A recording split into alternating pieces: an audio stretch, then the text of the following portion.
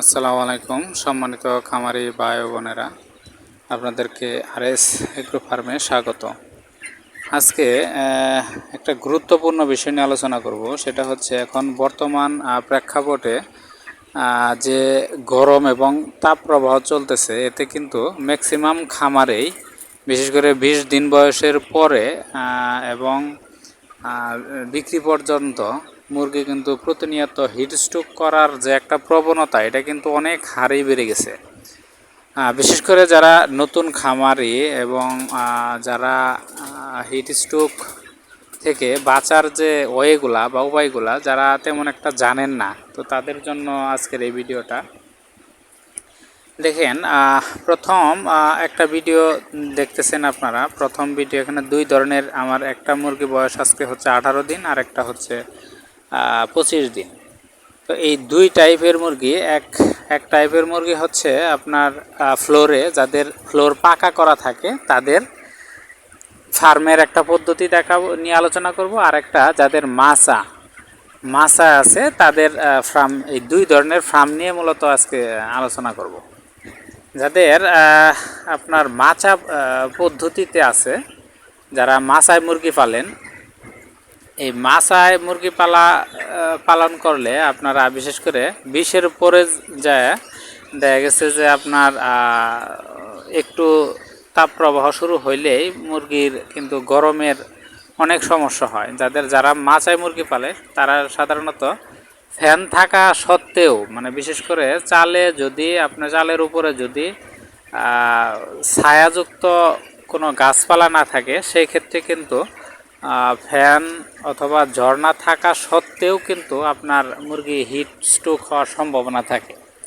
ঝর্ণার কথা বলছি যে আপনার গরমের সময় আমরা যেটা হিট স্ট্রোক থেকে বাঁচার পদ্ধতি অবলম্বন করি, সেটা হচ্ছে 1 নম্বর হচ্ছে চালের উপর ঝর্ণা দেওয়া এবং পর্যাপ্ত পরিমাণে ফ্যান রাখা। এ সত্ত্বেও মাছার ফার্মগুলোতে হিটস্ট্রোক হওয়ার প্রবণতা থেকে যায় যদি আপনার ভিতরের এনভায়রনমেন্টটা যদি ঠান্ডা করতে না পারেন। তাদের জন্য পদ্ধতিটা হচ্ছে 20-এর পরে গিয়ে আপনি ভিডিওতে যেটা দেখতেছেন, পানি মেরে দেওয়া হচ্ছে, অর্থাৎ এক গোড়া মোটর দিয়ে কিন্তু পাইপ দিয়ে সরাসরি পানি দিয়ে ভিজে দেওয়া হচ্ছে। আপনার মুরগিগুলা দেখতেছেন আমি কোন টাইপের কোনভাবে ভিজিয়ে দিয়েছি।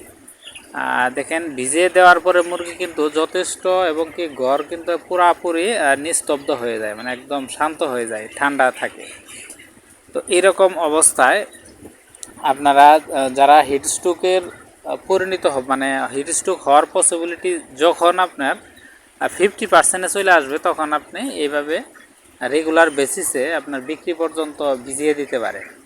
তো অনেকের প্রশ্ন থাকতে পারে, এইভাবে ভিজিয়ে দিলে ঠান্ডা লাগবে কিনা বা জ্বর আসবে কিনা, এরকম একটা সম্ভাবনার কথা বলে থাকে অনেকে। কিন্তু আমি যতদিন ধরে মাছায় মুরগি পালি, ইনশাল্লাহ 20-এর পরের দিন থেকে এভাবে রেগুলার বেসিসে যখন দেখলাম যে হিটস্ট্রোকের প্রবণতা আসতেছে বা অনেক প্রচণ্ড গরম, তখন কিন্তু আমি এইভাবে ভিজিয়ে দিই।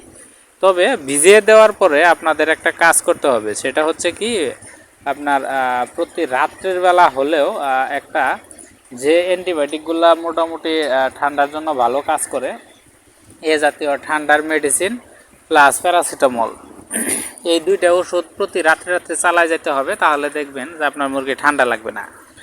বা ঠান্ডা লাগলেও দু একটা মুরগি যদি ঠান্ডাজনিতভাবে মরে, এর থেকে কিন্তু হিট স্ট্রোকে কিন্তু আরও অনেক বেশি পার্সেন্টেজে মারা যায়। সেই ক্ষেত্রে হালকা ঠান্ডা সমস্যা হয় না সাধারণত, মানে আমার ঠান্ডা লাগে না। আপনাদের যদি মনে হয় ঠান্ডা লাগবে, তার পরিপ্রেক্ষিতে কথাগুলো বললাম। তো আপনি যখন থেকে ভিজিয়ে দেবেন, তখন থেকে আপনার রাত্রের বেলায় নিউ এক্সেল, আমি যেটা করি নিউ এক্সেল আর হচ্ছে আপনার এটিবেট অথবা স্টিম বেট, এই জাতীয় মেডিসিনগুলো চালায়, অর্থাৎ সালফারের সাথে যে কম্বিনেশন করে মেডিসিনগুলো, এগুলো চালায়, প্লাস আপনার প্যারাসিটামল দেই। আর যদি আপনার হালকা খ্যাক থাকে, সেক্ষেত্রে আপনি পালমোঙ্কের চালাতে পারেন। এই 3টা ওষুধ আপনারা যদি চালিয়ে যান শেষ পর্যন্ত, বা যখন ভিজানো শুরু করবেন তখন থেকে, তাহলে আহামরি সমস্যা হওয়ার কথা না।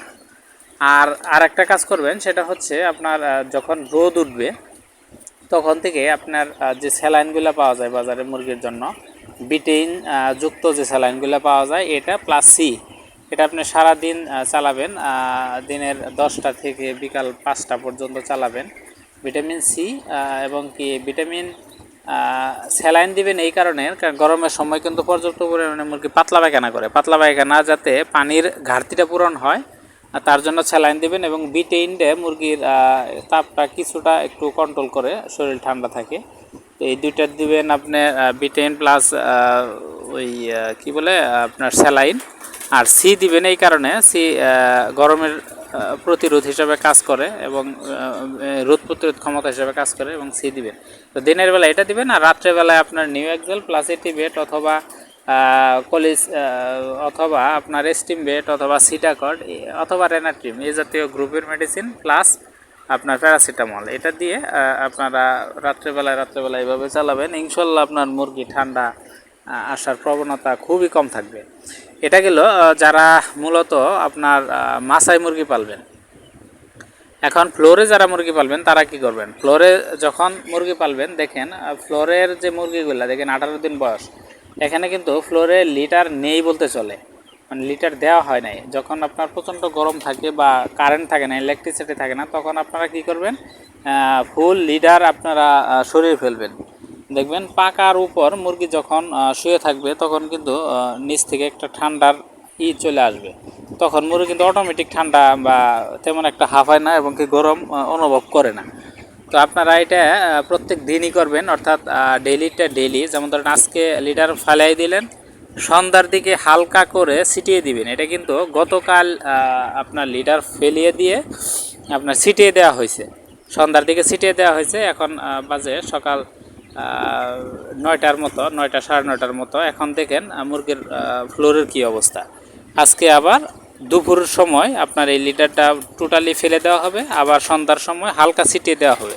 তো এই অবস্থায় যদি রাখেন আপনার 100% শিওর থাকেন যে আপনার হিট স্ট্রোক একদম 0%-এ নেমে আসবে।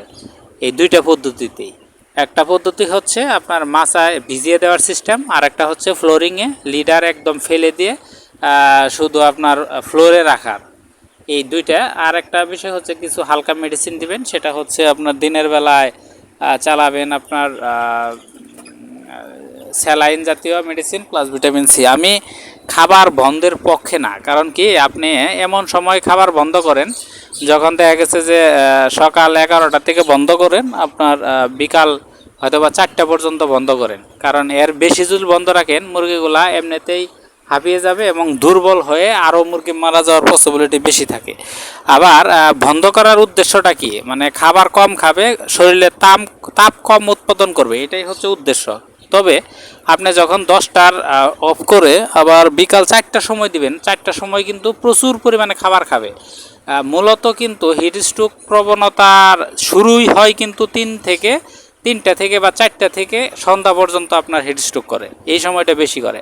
তো ওই সময় আপনারা কি করেন, খাবার দেন, তো উল্টা রিয়াকশন করে। ওই সময় প্রচুর পরিমাণে, এমনিতে দিনের বেলায় ওই সময় 4টার পরে প্রচুর তাপ থাকে বা ওই তাপ সহ্য করার অ্যাবিলিটি মুরগির থাকে না, ওই সময় আবার আপনারা খাবার দেন। মানে খাবার দেওয়ার সাথে সাথে ও সারাদিন না খায় থাকার কারণে প্রচুর পরিমাণে খাদ্য খায় এবং সন্ধ্যা পর্যন্ত ওর মানে মুরগির গা বা শরীর মানে অনেক হিট উৎপাদন করে এই খাদ্য থেকে। তো আসলেও আপনারা যেভাবে কাজটা করেন এটা আসলে উল্টা হয়, যে আপনার ফিড অফ করে, ফিড যদি অফ করতে হয় আপনার দুপুর থেকে বা 2টার থেকে একদম সন্ধ্যা পর্যন্ত অফ রাখবেন। এতে যদি এই কাজ যদি করেন তাহলে কিছুটা হবে, আপনার এটা উপকৃত হবে, তাছাড়া এটা ক্ষতি হবে। তো এই হচ্ছে পদ্ধতি, আপনাদের হিট স্ট্রোক একদম 0%-এ ইনশাল্লাহ নেমে আসবে আপনারা যদি এই পদ্ধতিতে মুরগি গরমকালে লালন পালন করেন।